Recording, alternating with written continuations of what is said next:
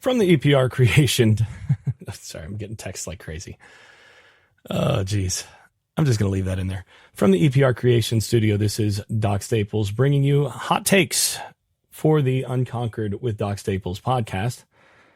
After Florida State loses in second overtime on the road at Virginia, 46-38.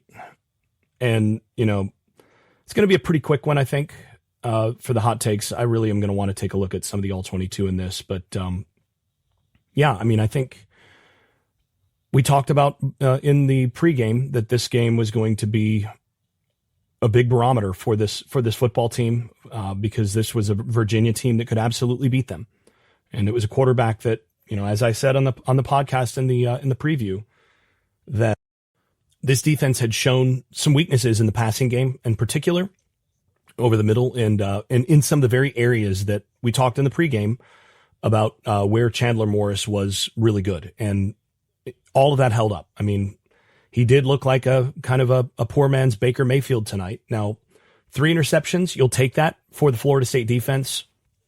And, you know, those were key in keeping this team in it. But the place where I think the real upset tonight, the real surprising thing was, you know, this defense had been very, very physical prior to this game. We did talk about how last outing against Kent State, they kind of allowed too much leakage up front, and they weren't quite as solid in their run fits and so on as they had been in the prior 2 games, especially against Alabama, where they played with great strain and physicality there. And for portions of this game, they just gave up too much in the running game. I mean, you look at Virginia, 48 carries for 211 yards, 4.4 yards per carry. We knew what they would get from Chandler Morris. I mean, I was of the view that he was going to have a pretty good night, maybe turn it over a couple times, but would give you some trouble. What I didn't really think would happen in this game, and really the difference in this game, is, you know, Jamari Taylor, 27 carries, 99 yards, 3.7 average, not a huge average, but enough. And Virginia did a great job of staying on schedule and making the most of that. And then Xavier Brown, 9 carries for 60 yards, 6.7 per carry. And then Chandler Morris with 8 carries for 37 for 4.6. And he had a few really key runs. And the times that he pulled were times where Florida State just didn't have a guy designated for the quarterback, or at least the guy designated for the quarterback was getting too nosy. And they did a great job of sniffing that out and running the quarterback. So, you know, you give up 440 yards total offense, 5.2 yards per play, and you're gonna be in a position where you might lose that game. Now, you did get 3 turnovers. That's good. That's, you know, that should be enough. 5.2 with 3 turnovers. Maybe you should win that. You're kind of in that mix. But the other place that they really got killed tonight was in some really poor situational play. And they'd been good on that. They were really good on that against Alabama. But this time they basically did not win those key situations. And essentially you look at, they had a red zone interception off of a deflection where that play was going to score. So there's a large swing right there. Missed a field goal. They're driving to tie the ball game and got way too cute with that 4th down call where they went big and then, you know, dropped back and tried to throw something where you drop back, you went big personnel to begin with. You don't have anybody that's going to shake anybody to get open to begin with.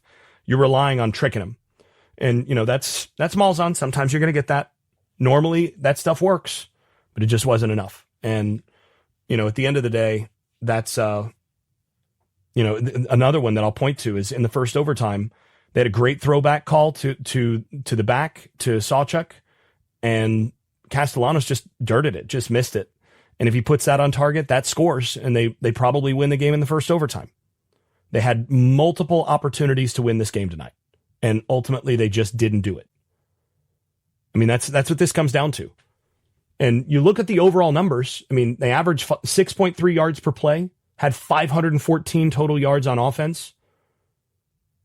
If you tell me that, I'm telling you that team, whoever that is, probably won the game. But again, you've got the 2 key interceptions, especially the one in the red zone that was just key. And the other one, I mean, you got 14 points off turnovers there in the first half and on drives where you're moving the football. I mean, that's the difference. So, I mean, a lot of missed opportunities. And I think that's the theme of the night, is that this was a missed opportunity. You played with your food. You let him stay in there with some key mistakes. Just kind of stepped on yourself multiple times on the offensive side. And then defensively, you got pushed around a little bit. And I'm looking now, I'm going to take a look at the quarter by quarter, because my impression is, so early on, 11 carries for 3.8 yards per carry in the first quarter. Second quarter, 7 carries for 5.6. Third quarter, 11 carries for 6 yards a carry. And then fourth quarter, you're looking at 14 carries for 3.3. So they tightened up in the fourth quarter. And something that actually, I noticed in this was the overall level of strain from the front seven was just not the same as what we saw against Alabama. The level of how hard they played defensively was not quite the same as what they played against Alabama until you got into that fourth quarter and they desperately needed it. They did not play desperate in this game in the same way until they got to the fourth quarter. And, by then it was too late. Now, they still had opportunities to win the football game. That's the thing. They still had every opportunity to win the football game. They just didn't make those key plays when they had the opportunity. I did think Castellanos looked a little bit affected by his ankle. He was not quite as dynamic as a runner in the backfield at times as he has been. But still, 14 carries, 78 yards, 5.6 a carry, 18 to 32 for 254, touchdown and 2 picks. Those 2 picks, each of which was, batted ball situation, those 2 picks are really difference in the ball game. But again, you could say the missed field goal, difference in the ball game. The bad call on fourth down, difference in the ball game. This game came down to basically one play margin, as you would expect in a game that went down to double overtime, and they just made one fewer play than the team that they played against. So, yeah, I mean, that's basically it. I think this game was revealing in terms of some of the weaknesses that this team has that had not yet been sort of revealed. I mean, a lot of the things that we saw Virginia able to do were things that you go back to my analysis of the Alabama game in our film session. Those were the throws. Those were the things that Alabama just didn't execute. They were there, but they didn't execute on those. And Virginia, to their credit, executed on a lot of those tonight. And then, again, they were physical enough and they were disciplined enough. They were patient enough to be able to run it 48 times. Now, one of the keys there is when they went up in the game and they were able to stay ahead or even in this game the entire game, that allowed them to stay patient like that. I thought that this was a game, if you get ahead by 14, something like that, you can get comfortable, you can get some space, and maybe they start to lose some of that patience. But they didn't have to. They were able to stay balanced all night because of the situation, because they were able to stay in terms of game leverage. They were able to keep that game leverage. But I mean, this was a really good football game. Sometimes you come out on the wrong side of it. And, you're definitely going to come in on the wrong side of it if you have key red zone turnovers, you give up, sudden change scores, things like that. And you miss a key field goal, you dirt it when you've got a throwback that's going to score, and so on. So to me, I mean, that's what it comes down to. Now, this is a team that you absolutely should have beaten. It's, that said, short week on the road, first ACC game on the road. Is it that surprising? No, it's not. What does this say about what Florida State is moving forward? I think the most concerning thing is that if you're Miami and you watch this, you go, we can run the football on these guys. We definitely can run the football on these guys. And then we can run mesh rail and we can run some of the basic concepts that they hurt Florida State passing game-wise with. And Miami can do all of those things. And Miami's offensive line is a whole lot better than Virginia's. And Virginia was able to get push against Florida State's defensive line for large portions of this football game. They were able to stay balanced. And you can bet your britches that Miami of Florida is going to want to run the football 50 times, or, Virginia 48 times here. They're going to want to run the football 50 times if they can too. They want 12 to 13-minute drives. It's absolutely what they want to do. And if you can't bow up and stop that better than you did in this game, then the result is going to be similar, but worse, because Miami of Florida is a better football team than Virginia. Now, I am not persuaded that Carson Beck is better than Chandler Morris. Again, I think Morris, just in terms of the package of skills that he brings to the table and some of the things that he can do as a runner and the way that he can make plays on the run, that's different from Beck. So, in that respect, I think, with Beck, they're going to be able to get after him a little bit differently. If they're able to pressure him, it's going to be harder on him. The hard part, though, is it's going to be harder to get pressure on him because, again, Miami, Florida's offensive line is better than Virginia's. So I do think that this sort of indicated where you are as a program, as a team. And this is a team that is a whole lot better than last year. It is a team that is good enough to go and win this game on the road. But it's also a team that isn't good enough to play a B- or C+ game and beat Virginia. They needed a B performance, a B+ performance, and they didn't have it. Too many key turnovers, too many little mistakes, too many shooting yourself in the foot situations, and this is the end result. I still maintain that to beat Miami, Florida, you're going to have to play an A or an A+ game, and this was nowhere near that. And honestly, they're going to need that extra day of rest when they get back because they're going to be banged up after this game. This was a very physical football game. So, yeah, looking at other stuff here, Virginia went 5 of 5 in the red zone. Scored all touchdowns in the red zone. You needed to win in the red zone against this Virginia offense, and you needed to be able to bow up, and they just weren't able to do that. So, we talked about this. This is this had all the hallmarks of the kind of game and the kind of opponent against which Tony White's defense has struggled some in the past, and it did.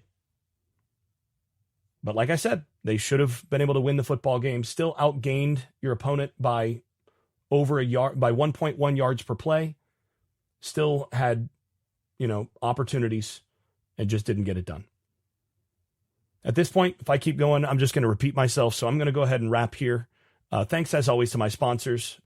That is, of course, Louis Marquez of Momentum Realty in Jacksonville, Florida. Shenandoah Real Estate in the Research Triangle of North Carolina. And by the way, Louis Marquez of Momentum Realty was texting up quite the storm in the during this game, and is beyond frustrated at the outcome. But I think that's basically everybody who's likely listening to this. In any case, other sponsors, EPR Creations, bringing you the best of internet development and website marketing for an affordable price, or website development and internet marketing for an affordable price, whichever one you prefer. And then finally, Nathan and the boys down at Garage Makeovers, the #1 garage remodeling company in South Florida. As always, if you've been enjoying this podcast, if you've been enjoying our breakdowns, if you've been enjoying our previews, where if you watch this game after listening to the preview, not a whole lot was that surprising. It was within the delta of stuff that we discussed would likely happen. If you've been enjoying that, tell a friend, tell 2 friends, tell 5 friends, pass it along to other people so that we can continue to build our audience and also support our sponsors. Thanks, as always, to all of you out there. This has been Unconquered with Doc Staples. I'm your host, Doc Staples. Thanks for listening. If you've been enjoying this podcast, please leave a 5-star rating over at Apple Podcasts and wherever else you listen to podcasts. Post and repost episodes on social media, and tell a friend. And if you haven't left a review in a while, do it again. It really does help the visibility of the podcast. Before we go, I'd also like to thank my advertising partners once more. That's EPR Creations, Louis Marquez of Momentum Realty in Jacksonville, Florida, Shenandoah Real Estate in the Research Triangle of North Carolina, Garage Makeovers, the #1 garage remodeling company in South Florida, and Justin Galloway of Benchmark Mortgage, serving Florida, Tennessee, and Kentucky. You can also stop by the Unconquered Shop at unconqueredpodcast.com, where you can buy stickers, pins, magnets, t-shirts, and other swag. I am especially grateful for those of you at the Dynasty level. That is Brian Leininger, Dave Blair, Jack Horton, Jonathan Kennedy, Lee Caswell, Travis Smith, and Tyler Kashishki. You all are far more generous than I deserve. Thanks to you all. This has been Unconquered with Doc Staples. I'm your host, Jason Staples. Thanks for listening and thanks for your support. I made this.